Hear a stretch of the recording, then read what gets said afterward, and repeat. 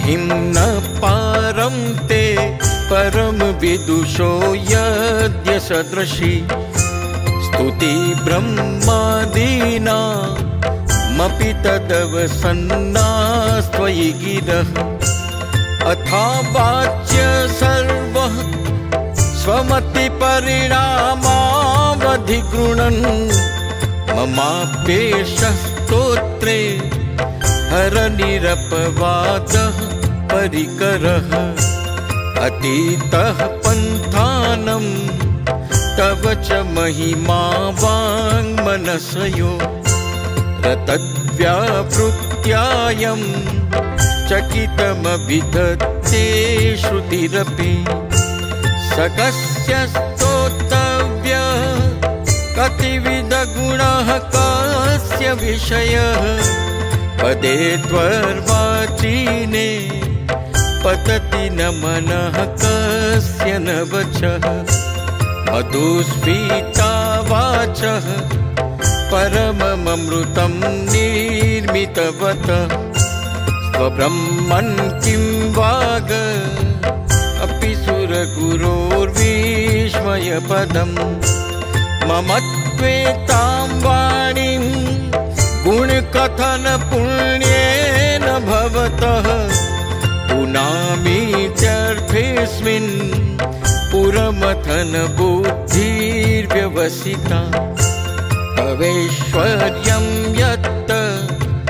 जगदुदय रक्षा प्रलयकृत् त्रयी वस्तु व्यस्तं तिसृषु गुणभिन्नासु तनुषु अभव्यानामस्मिन्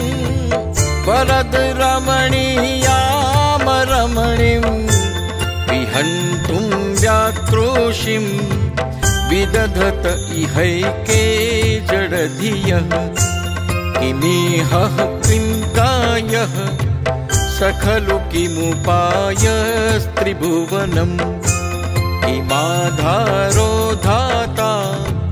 सृजति किमुपादान इति च अतक्यैश्वर्ये त्वय्य नवसरः सुहस्तो हतधिया कुतर्कोऽयं कांश्चिन् मुखरयति मोहाय जगतः अजन्मानो लोका किमवयववन्तोऽपि जगता मदिष्ठातारं किं भवविधिर्नादर्त्य भवति अनीशो वा कुर्यात् भुवनजनने कः परिकरो यतो मन्दास्त्वां प्रत्य यमरवरशंसेरत इमे त्रयी सांख्यं योगः पशुपतिमतं वैष्णवमिति प्रभिन्ने प्रस्थाने परमिदमदः पथ्यमिति च रुचीनां वैचित्र्यात् रुजुकुटिलनानापथजुषां नृणामेको गम्य त्वमसि पयसामर्णव इव महोक्षखट्वाङ्गं परशुरजिनं भस्मफणिनः कपालं चेतीय तव वरदतन्त्रोपकरणम् सुरास्तां तां वृद्धि ददति तु भवद्भ्रूप्रणिहितां न हि स्वात्मा रामं विषयमृगतृष्णा भ्रमयति ध्रुवं कश्चित् सर्वं सकलमपरस्त्वध्रुवमिदम् परोघ्रोव्याघ्रोव्ये जगति गदति व्यस्तविषये समस्तेऽप्येतस्मिन् पुरमथनतैर्विस्मितः इव स्तुवन् जिह्वेमि त्वां न खलु ननु दृष्टा मुखरिता तवेश्वर्यं यत्ना परिविरिञ्चिर्हरिदः परिच्छेतुं याता वनलमनलस्कन्धवपुषः ततो भक्ति श्रद्धा भरगुरुगुणाभ्यां गिरिशयत् स्वयं स्तस्ते ताभ्यां तव किमनुवृत्तिर्न फलति अयत्नादापाद्यः त्रिभुवनमवैरव्यतिकरम् दशास्यो यत्बाहुन् वृतरणकण्डूपरवशान् शिरापद्मश्रेणी रचितचरणाम्भोरुहबले स्थिराया स्वद्भक्ते त्रिपुरहरविस्फूर्जितमिदम् अमुष्य त्वत्सेवा समधिगतसारं भुजवनम् बलात् कैलासेऽपि त्वदधिवसतौ विक्रमयतः अलभ्या पाताले प्यलसचलितां गूष्ठशिरसि प्रतिष्ठा त्वय्यासीत् ध्रुवमुपचितो मुह्यति खलः यदत्रिं सूत्राम्नो वरद परमोच्चैरपि सति मदश्चक्रे बाणः परिजनविधेयस्त्रिभुवनः न तच्चित्रं तस्मिन् वरिवसितरि त्वच्चरणयोः न कस्यापुन्नत्ये भवति शिरसस्त्वय्यवनतिः अकाण्ड ब्रह्माण्ड क्षयचकितदेवासुरकृपा विधेयस्यासिद्ध्य स्त्रीनयनविषं संरतवतः सकल्माषकण्ठे तव न कुरुते नाश्रियमहो विकारोऽपि श्लाघ्यो भुवनभयभङ्गव्यसनिनः असिद्धार्था नैव क्वचिदपि सदेवासुरनरे निवर्तन्ते नित्यं जगति जयिनो यस्य विशिखा सपश्यन्नीश त्वाम् इतरसुरसाधारणमभूत् स्मर्तव्यात्मा न हि वशिषुपत्यः परिभवः महीपादाध्यातात् व्रजति सहसा संशयपदम् पदं विष्णोर्भाव्यत् भुजपरिघरुग्रहगणम् मुहूर्धोर्धोस्त्यं यात् निभृतजटाताडीत् तटा जगद्रक्षायै त्वं नटसि ननु वामैव विभूता वियद्व्यापीतारा गणगुणितफेनोद्गमरुचिः प्रवाहो वाराम्यः पृषतलघुदष्टः शिरसि ते जगद्वीपाकारं जलधिवलयं तेन कृतमी जनेन्नेवोन्नेयं धृतमहिमदिव्यं तव वपुः रथक्षोणीयन्ता शतधृतिरगेन्द्रो धनुरथो रथाङ्गे चन्द्रार्को रथचरणपाणिः शर इति दिदक्षोस्ते कायं त्रिपुरतृणमाणम्बरविधि विधेयैः क्रीडन्त्यो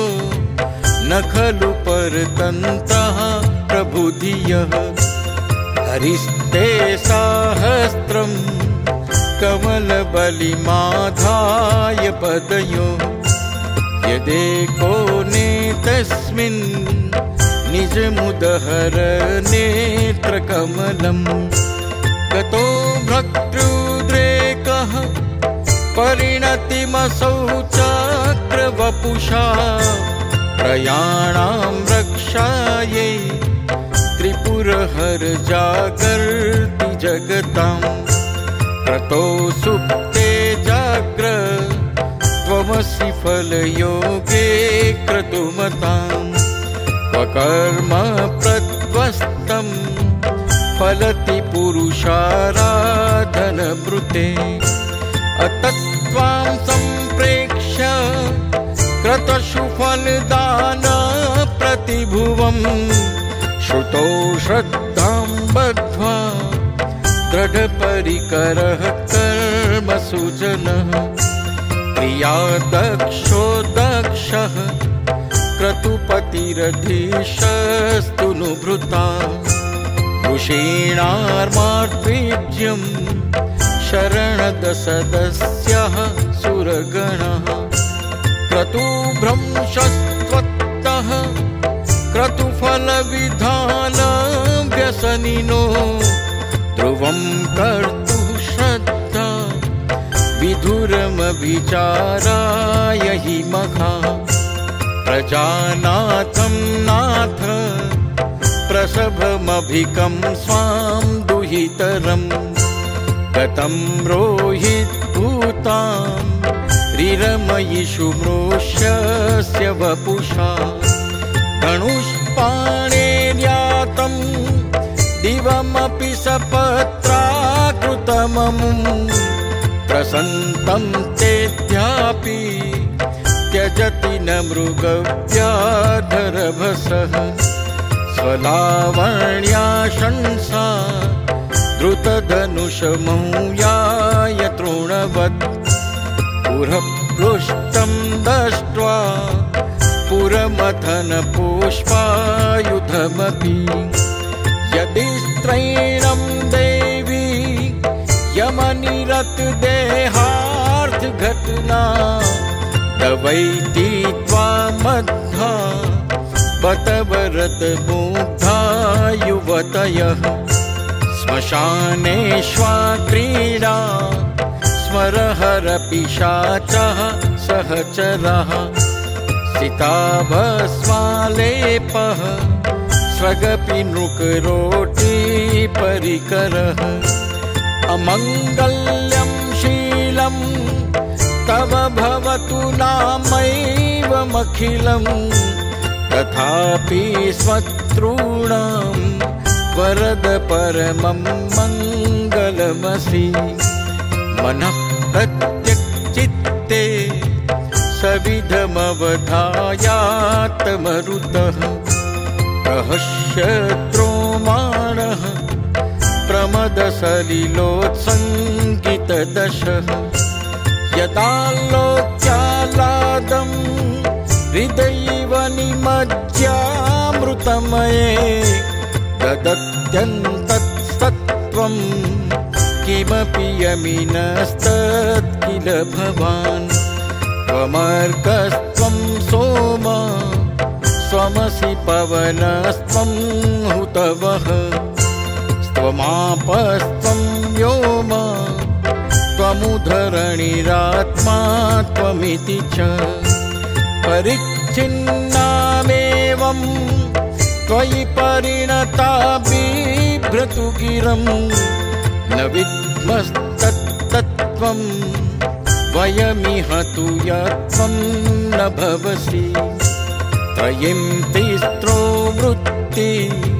त्रिभुवनमथो त्रीनपि सुरा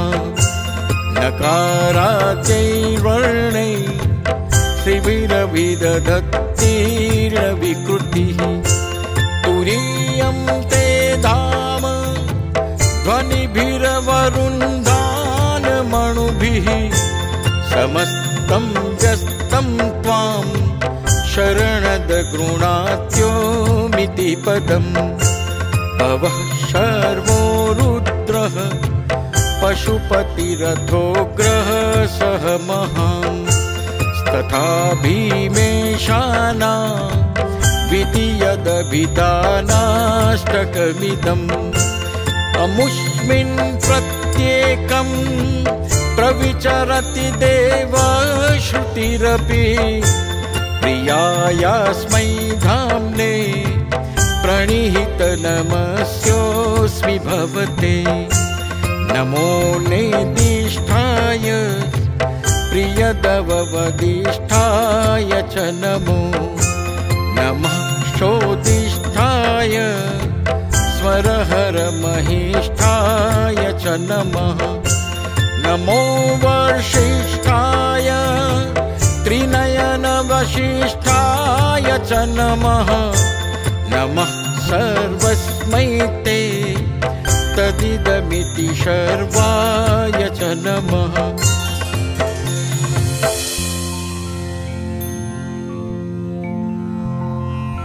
बहररजसे विश्वोत्पत्तो भवाय नमो नमः प्रबलतमसे तत्संहारे हराय नमो नमः